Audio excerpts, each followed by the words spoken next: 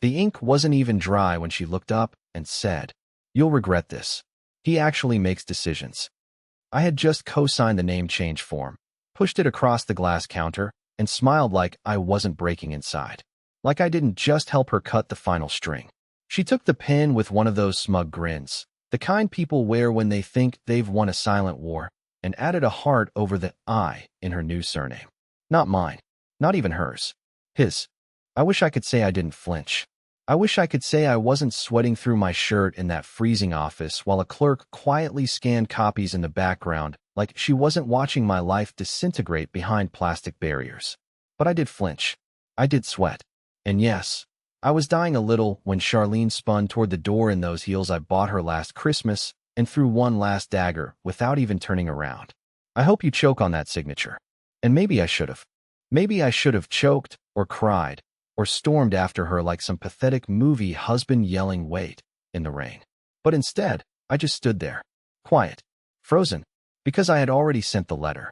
She didn't know about it yet. No one did. Not her. Not her father. Not the bank, or the family foundation, or the genealogical committee her father chaired for 28 years, obsessed with purity of the Lancaster line. They thought names were untouchable, sacred, eternal. They didn't realize I'd found the loophole. The one clause buried deep in her grandfather's legal will, stating that any living spouse with legal right and documentation could nullify the lineage if no legitimate heir existed by the third generation. Guess what? No heir. Guess what else? Charlene voided her own bloodline the second she chose to carry someone else's name.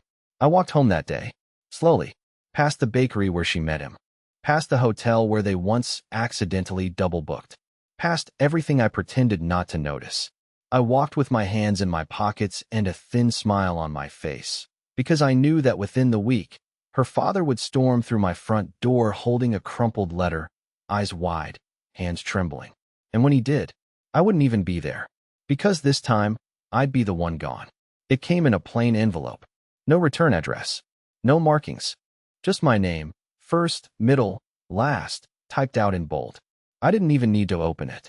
I already knew what it was. That was the beauty of it, the silence of the kill. See, Charlene thought I'd react the way every man does in her circle. Rage, threats, tears. How could you? Speeches. She was wrong. I didn't burn down her world. I just pulled a string and let gravity do the rest. But the real surprise wasn't the letter. It was who showed up right after it. I was sitting on the edge of my bed, the envelope unopened in my lap, when my doorbell rang. I checked the peephole, expecting maybe a delivery, or that nosy neighbor from 4B who always accidentally knocks when she's bored. It wasn't her. It was Mason. Yeah, him. The real man Charlene left me for. He was dressed like he was trying to cosplay wealth. Tight shirt, gold chain, keys to a leased car jingling like a thread in his hand. But the look on his face? That wasn't confidence. That was panic. He didn't even wait for me to invite him in. He just shoved past me, eyes darting, pacing like he lost something. "Where is she?" he asked. I blinked. "You tell me. You're the one she moved in with." He looked me up and down like he suddenly realized I wasn't as broken as he expected. And I wasn't. Because Charlene hadn't moved in with him. Not really. Apparently, she had plans. She told Mason she'd be with him after finalizing some family trust paperwork. Just a week or two. But she never showed. Never called. Never answered texts. Left her clothes at his place. Took only one suitcase. I hadn't heard from her either. Until now. Because that envelope in my hand? That was her signature too. Alongside mine. Finalizing the clause that wiped out the Lancaster name. Every legal, tax, and historical record attached to it. All frozen. All pending investigation. Turns out when you legally sever ties to a legacy-based trust built on multi-generational inheritance, the consequences aren't emotional. They're financial. They're corporate. They ripple. Mason didn't know any of that. He just thought he was getting a hot wife upgrade and a woman with a six-figure last name. Now he was standing in my apartment, pale and frantic, realizing he might have backed the wrong horse. "She said you were weak," he muttered, half to himself. I laughed. I don't know why I laughed. Maybe because I was tired. Maybe because I finally realized how stupid this all was. "She says a lot of things," I said, "but she signs what I hand her." He froze. What the hell does that mean? I stood up slowly, picked up the envelope, and handed it to him. He opened it. Read the clause. His lips moved while he processed it. Then he whispered something under his breath that sounded like, "Oh God, her dad's gonna kill me." I didn't answer. Because the real kicker? Charlene didn't disappear. She ran. And I already knew where. 3 days passed before I decided to go looking for her. Not because I missed her. No, because I needed to see the end of this story with my own eyes. There's a strange sort of satisfaction in witnessing the collapse you were accused of causing. Charlene always said I was too emotional, that I couldn't handle real life. Well, real life was about to handle her back. The clue came from the most unexpected place, an old credit card statement she'd forgotten to unlink from our shared account. I wasn't spying. I was cleaning up finances, canceling joint subscriptions, closing cards. That's when I saw the charge, $286.47, Blue Crest Motel, room 14, Clearwater County. The date? The day after she filed for the name change. I couldn't help but laugh. Of course it was a motel. The Lancaster princess, who once made me iron her silk pillowcases, now staying at a roadside inn with a broken neon sign. When I arrived, the receptionist, a woman who looked like she'd smoked the same cigarette since 1983, barely looked up when I asked for Charlene Lancaster. Or Mason. Or any name close. She flipped through her logbook lazily, pen tapping on the page. Room 14, she finally said. Checkout was 2 nights ago. But, she frowned. You said she's your wife? My stomach tightened. I corrected. Why? The woman pointed toward the door behind her, where 2 county officers stood talking to the motel manager. My pulse stuttered. One of the officers turned, saw me, and raised a brow like he'd been expecting me. Mr. Emery Cook? Yeah. He motioned me outside. You might want to take a seat. I didn't sit. I couldn't. I listened as he explained. The room had been found trashed, suitcase open, phone smashed, one of the windows broken from the inside. But the strangest part wasn't the mess. It was what was left behind. Her wedding ring, her name change papers, and a handwritten note with one sentence. Tell my father he was right about everything. For a second, I thought it was staged. Some cruel game to make me think she'd suffered. But then the officer mentioned something else, something small that froze my veins. A single letter from the Lancaster Foundation had been discovered on the table, opened, and inside it, a document with both our signatures, the one I'd filed to dissolve the name's legacy, along with a red void stamp. Someone had accessed it after hours. Who else knew about this? The officer asked. Her father, I said, and the man she left me for. He nodded slowly. Then one of them's lying. That night, I couldn't sleep. I sat on my couch, lights off, replaying everything. The smirk at the bank, her father's obsession with the family name, Mason's panicked face when he showed up. I thought I'd pulled the string that made them fall apart. But maybe I'd just set fire to something I didn't understand. Around 3 a.m., my phone buzzed. Unknown number. I hesitated, then answered. Static. Then a whisper. You shouldn't have signed it, Emery. Click. No voice. No trace. But in the background, before the line cut out, I could have sworn I heard a car engine and a motel sign buzzing. I didn't go back to sleep that night. After the call, I just sat there, phone on the coffee table, the screen still faintly lit, like it was waiting for someone else to speak. I replayed the whisper over and over in my head. Not just the words, but the way they were said. Slow. Cold. Like whoever said it wasn't warning me out of kindness, but out of inevitability. The next morning, I got a call from Dean Lancaster, Charlene's father. He never called me. Ever. Even when I was married to his daughter, he treated me like I was furniture that had overstayed its welcome. But this time, he sounded small. I need to see you, he said. Now. I told him I was busy. I wasn't. I just didn't want to be in the same room with a man who had once toasted to my face at our wedding and whispered to Charlene that I lacked bloodline strength. Whatever that meant. He didn't take no for an answer. It's about Charlene, and what she didn't know about the name. I paused, then agreed. Out of curiosity. Out of something uglier, too. Hope. Maybe. That there was still more left to take from them. His estate looked like a plantation house ripped from a Southern Gothic film. White pillars, stone lions, those heavy velvet curtains like secrets stitched into fabric. He didn't greet me at the door. A maid led me to his office, then disappeared like she knew she wasn't supposed to hear what came next. Dean was sitting at his desk, disheveled. That alone rattled me. The man was usually tailored to perfection, tie straight, hair combed like he was always 5 minutes from a political campaign. But now, shirt wrinkled, whiskey glass half empty, a folder open in front of him. He didn't look up, just said, "She didn't know about the clause." I didn't respond. He finally raised his eyes to mine. Red-rimmed, swollen. The clause was meant as a safeguard. In the event the Lancaster name was corrupted by criminal scandal, illegitimacy, or intentional sabotage, the entire estate would be frozen and evaluated by the board. If found invalid, it would be absorbed by the state and erased from national lineage records. Still, I didn't speak. Charlene thought she was just changing her last name, he said, voice cracking. She didn't understand that carrying the name was the final thread keeping it protected. I stared at him. So when I co-signed. "You helped her burn the legacy," he said flatly. "And neither of you had a clue." Now I laughed. I had a clue. I had every clue. I'd read every word of that dusty clause after finding it buried in the Lancaster Foundation's digital archives. Took me weeks to piece it together, months to plan how to time the signature. And the night before we walked into that bank, I stayed up rehearsing my smile in the mirror. Dean slammed the whiskey glass down, and it cracked. "You think this is funny?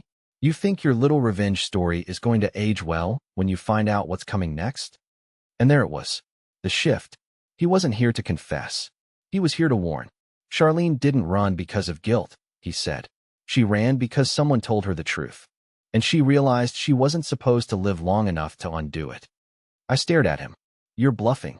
He slid the folder toward me. Inside, a photo. Blurry, but clear enough. Charlene, standing on a dock, looking over her shoulder. Taken 2 days after the motel incident. And next to her, Mason. But not like I remembered him. This version of Mason had a bruise under his eye. His arm was in a sling. And he wasn't looking at Charlene. He was looking at the camera. Dead on. Like he knew exactly who'd be seeing it. "I don't know who he's working for," Dean said, his voice like gravel. "But he's not who he said he was. He was planted, groomed, brought into her life years ago. Waiting. For what?" Dean leaned in, close enough I could smell the bitterness on his breath. "For her to marry the wrong man, and change the name at the right time." I stood. My legs weren't steady. The air felt thick. "She's not safe," Dean said, hoarse now. "And if you think you've won something here, Emery, you're not even playing the right game." For 2 days, I didn't leave my apartment. I couldn't decide if Dean was lying, delusional, or worse, telling the truth. His words kept looping through my mind like a broken radio broadcast. She realized she wasn't supposed to live long enough to undo it. That line gnawed at me. Who says something like that about their own daughter? I tried to convince myself he was bluffing, that this was another Lancaster mind game meant to scare me into guilt. But then, late that night, I got a call from the same unknown number as before. Only this time, there was no whisper. Just a short, clipped message. A man's voice. "If you want to understand what she was part of, go back to the house. Check behind the portrait in the study. Don't tell him I called." Then the line went dead. I sat there for almost an hour, staring at my phone, waiting for logic to talk me out of doing something stupid. It didn't. So the next morning, I drove back to the Lancaster estate. The gate guard recognized me and didn't even question it, just waved me through with that lifeless stare of someone who knows too much but earns too little to care. Dean wasn't home. The maid let me in again, this time nervously, whispering that he had left for an emergency board meeting. I walked straight to the study. The air in that room was heavy with old money. Polished wood, framed degrees, the faint smell of tobacco that never quite left the furniture. And there it was, the massive oil portrait of Dean's grandfather, the original Lancaster patriarch, looming over the fireplace. His painted eyes followed you no matter where you stood. I always hated that thing. But now, I looked closer. The frame had scratches along the bottom edge, faint but deliberate, like someone had pried it open before. I took a deep breath, grabbed the edge, and lifted. It came off more easily than I expected. Behind it was a narrow safe, built into the wall. Of course, I almost laughed. Dean was nothing if not predictable in his paranoia. The combination pad was old-fashioned, brass and heavy. I didn't have the code, but I didn't need to. The hinges were corroded. With enough pressure, it cracked open. Inside, there was a single manila folder. No cash, no jewelry, just that. On the front, handwritten in black ink, Inheritance Protocol, Subject CL. My hands were shaking as I opened it. There were photos, dozens of them. Some of Charlene, some of Mason, some of both, taken over years. Different states, restaurants, events I didn't even know they attended. The earliest one dated back 5 years before I even met her. That alone sent ice through my veins. And then there were the documents, emails, contracts, encrypted printouts with strange symbols, signatures from people whose names I didn't recognize. The more I read, the clearer it became. Mason wasn't just some guy she fell for. He had been inserted into her life. Paid. Managed. His real last name wasn't even Mason. It was listed as M. LaRoche, attached to a series of international transfers from something called the Heritage Division. And then there was one final document. A letter, stamped and notarized, dated 3 months ago. It was addressed to Dean himself from the Lancaster Foundation Legal Department. In the event of Subject CL's activation, the transfer of authority over all assets linked to the Lancaster line shall proceed only upon termination of the redundant spouse contract. Redundant spouse. That was me. I don't know how long I stood there reading that one line over and over again. Redundant. Like I was just a name on a form. A placeholder. A variable to delete once the real plan kicked in. Suddenly, the truth wasn't about love, or betrayal, or revenge anymore. It was about a structure I'd never seen. A mechanism running behind our marriage like machinery in the walls. Then I heard it. Footsteps in the hallway. Slow, deliberate, coming closer. I froze, shoving the folder under my jacket just as the door opened. Dean stood there. He wasn't angry this time. Just calm. "You shouldn't have come back here," he said quietly. "You're not supposed to know." I forced a laugh, but my voice cracked. "Know what? That your daughter married me for paperwork?" He shook his head slowly. "No, Emery. That you were never her husband at all." I didn't even realize I'd taken a step back until my heel hit the corner of the rug and the portrait slipped from my hand, slamming face down on the marble floor. The glass cracked across the painted eyes, slicing through the smile of a man who'd been dead a century but still owned us all. And right then, for the first time in months, I felt something that wasn't sadness or humiliation. It was fear. Cold, heavy fear. Because in Dean's eyes, there wasn't anger. There was pity. I left the Lancaster estate that day feeling like my skeleton was vibrating inside my skin. Every bump of the car, every turn, every stoplight. I could feel the folder tucked under my jacket like it was pulsing with heat. I couldn't breathe until I got home. And even then, I couldn't shake the way Dean looked at me. Not angry. Not even disappointed. Just sorry. You were never her husband. Those words played on a loop, like static in my brain. That night, I did something I hadn't done since college. I went down a rabbit hole. No YouTube. No conspiracy forums. I dug deep into university archives, international patent databases, closed financial record pools, even a few TOR browser corners I promised myself I'd never touch again. It took hours. Coffee, caffeine pills, a phone book worth of bookmarks. And finally, there it was. The Heritage Division. Not a company, not a cult, not government. Somewhere between all three. Founded during the Cold War as a cultural preservation initiative, it started with good intentions, saving family trees, restoring ancient bloodlines, maintaining private estates across Europe. But over the decades, it evolved, shifted, became something else. A network that didn't just protect names, it controlled them. People weren't people to them. They were assets. And bloodlines weren't about legacy anymore. They were leverage. Charlene's family had been connected for generations. The Lancasters weren't just wealthy, they were preserved. Frozen in time by this organization that ensured the name could never be diluted, never corrupted. Every marriage was screened. Every heir approved. Every deviation corrected. And what did I do? I accidentally signed the termination clause that voided their line. It didn't matter that I'd done it for revenge. It didn't matter that I thought I was being clever. The result was the same. I became a threat. And suddenly, Charlene wasn't the villain anymore. She was a pawn.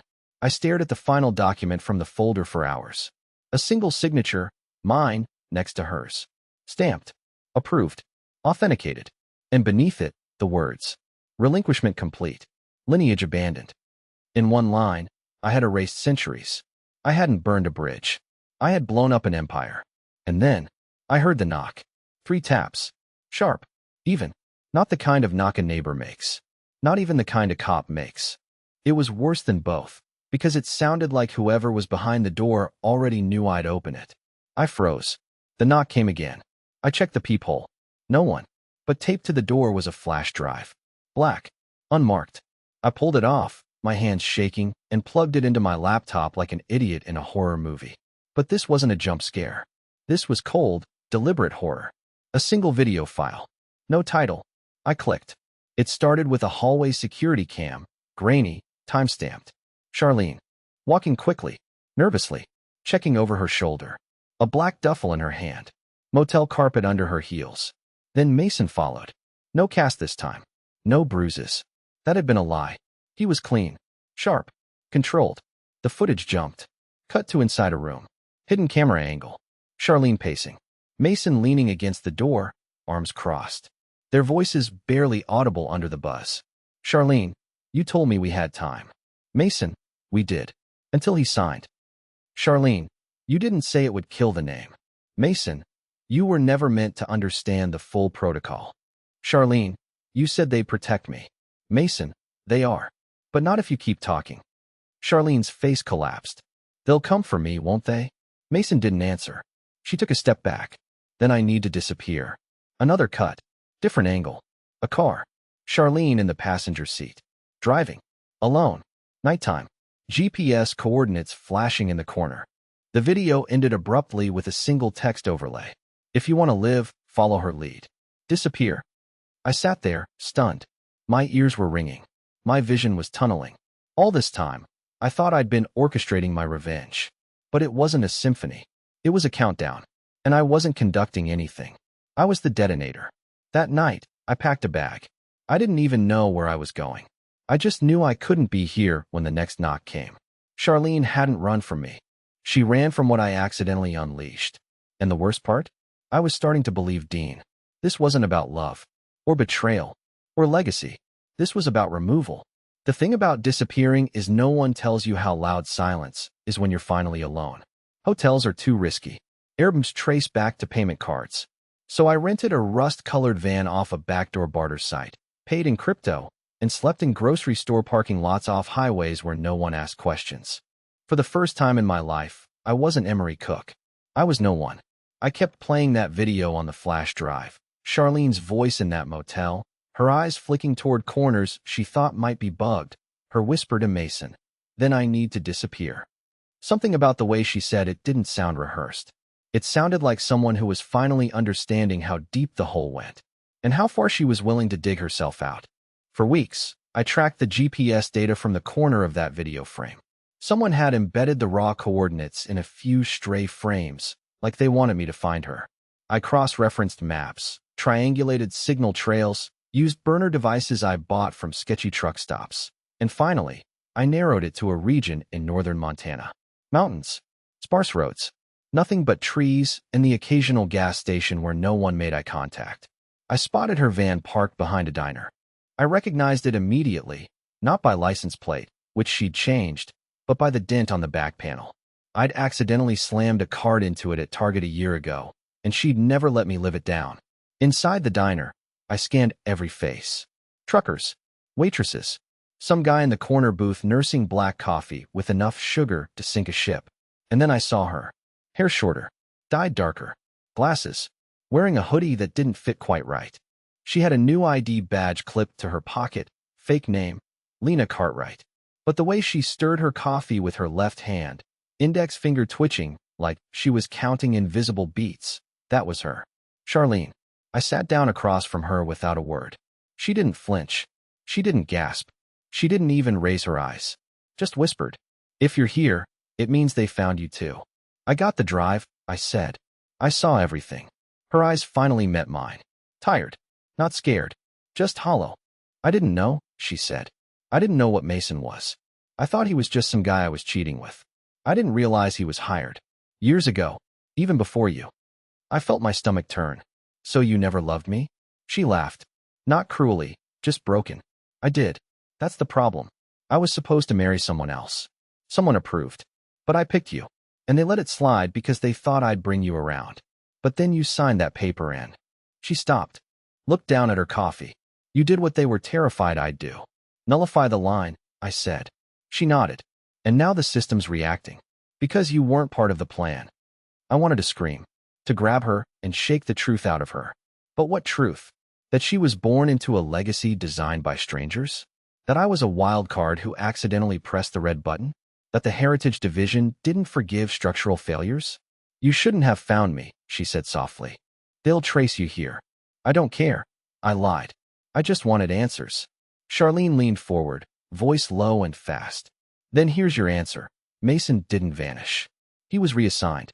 They don't kill people, Emery.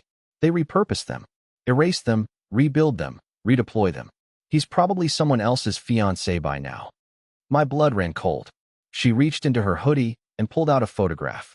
Folded, creased, worn thin. She slid it across the table. A baby, toddler age, curly hair. Her eyes. My nose. I had to protect her, she whispered. I didn't tell you.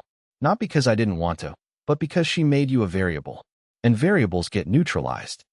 I couldn't breathe. You're saying? She's yours, Charlene said. And if they find out she exists, she'll be put in the system. I stared at the picture. That tiny face.